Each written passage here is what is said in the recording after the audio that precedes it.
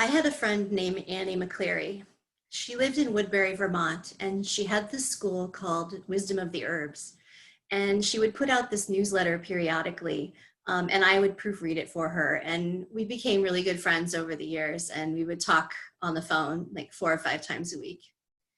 And in early 2019, she started not to feel very well, and she finally went to the doctor and had a CAT scan, and she found out that she had pancreatic cancer.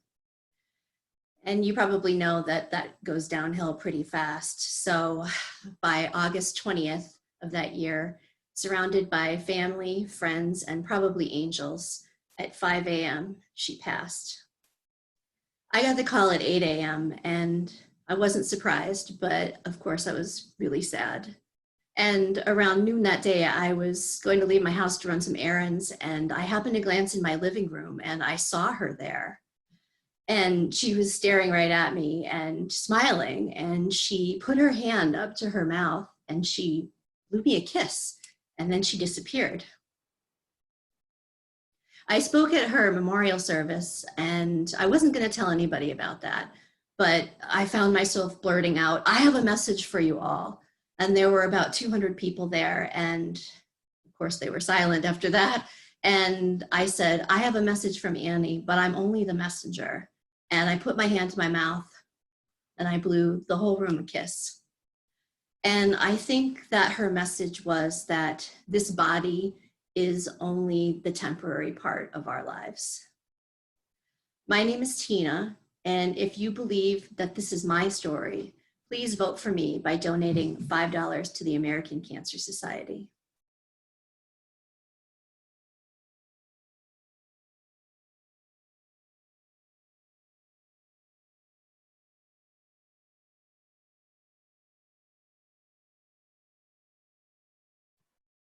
I had a really good friend named Annie McCleary, and she lived over in Woodbury. And I don't even remember how we first met, but she and I became really good friends. We would talk on the phone like 4 or 5 times a week, and we would get together when we could. Annie had a school called Wisdom of the Herbs. And whenever she got around to putting out her newsletter, she would send it over to me, and I would edit and proofread it for her. So we were friends for many years, but last year in 2019, Annie was just not feeling well. And after seeing the doctors and getting a CAT scan, she finally was told that she had pancreatic cancer, and the prognosis was not good. But she was surrounded by friends and family and the angels.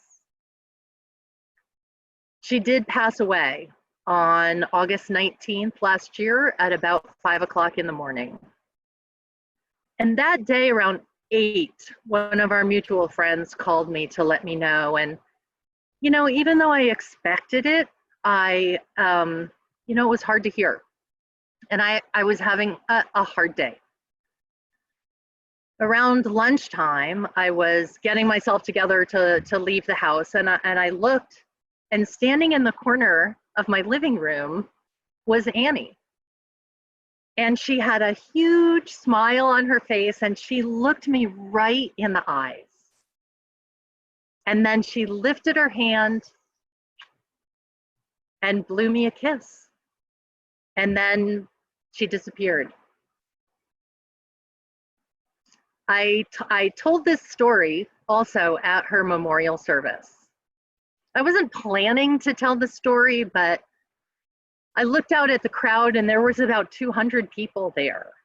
And I said, I have a message for every single one of you. And I'm just the messenger. And I raised my hand and I blew a kiss to every single one of them. And the message was that this life is much more than just this body. And that's my story. My name's Catherine, And if you believe this is my story, please donate to Serve of Northfield, Vermont. Thanks.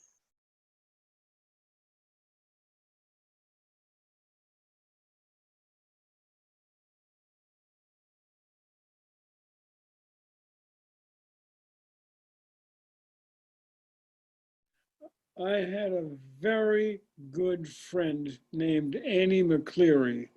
She lived in Woodbury, Vermont, and she and I, over the years, became very close friends.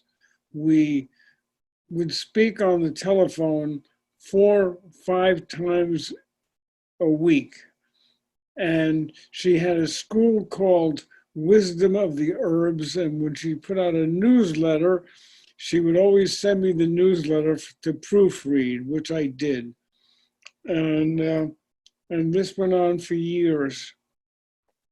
And this past year, 2019, she was not feeling well for quite a while. And finally, she had a CAT scan done, and they discovered she had pancreatic cancer. And she was surrounded by friends and relatives and angels. And after a while, she died. She died on the early morning of August 20th at 5 o'clock in the morning. I got a phone call at 8 o'clock telling me she had died. And of course, I knew it was going to happen.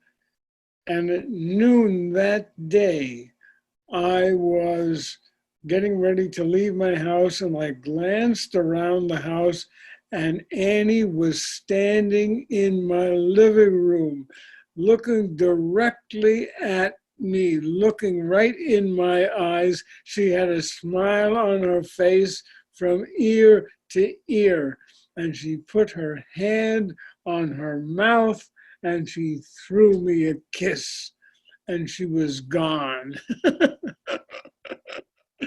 And I told that story at her memorial. And I hadn't planned to do any follow-up, but while I was telling, right after I told the story, I said, I got a message for every single one of you here. There were 200 people there. And I said, I have a message for every single one of you, and I'm just the messenger. And I put my hand to my lips, and I threw a kiss to every single one of them. It was just a message that there's more to life than this body. And that's my story. My name is Fred.